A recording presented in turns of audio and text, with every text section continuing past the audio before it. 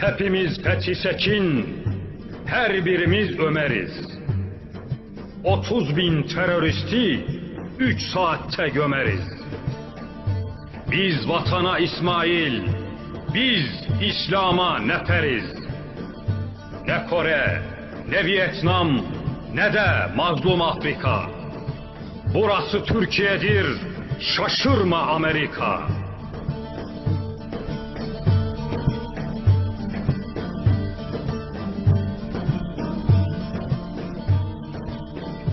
Ölüm şehadet vakti olur, gelir bizlere.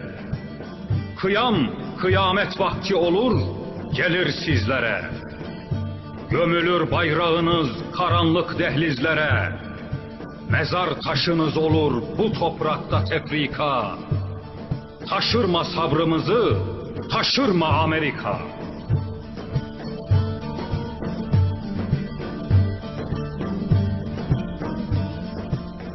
Şaşırma dünkü çocuk, tarihi öğren de gel.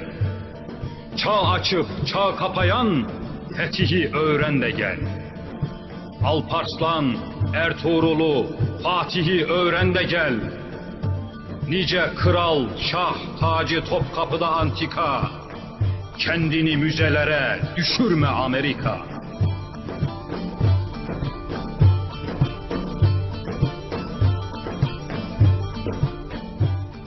Emperyalist Trumpet, sen şarkı görmemişsin.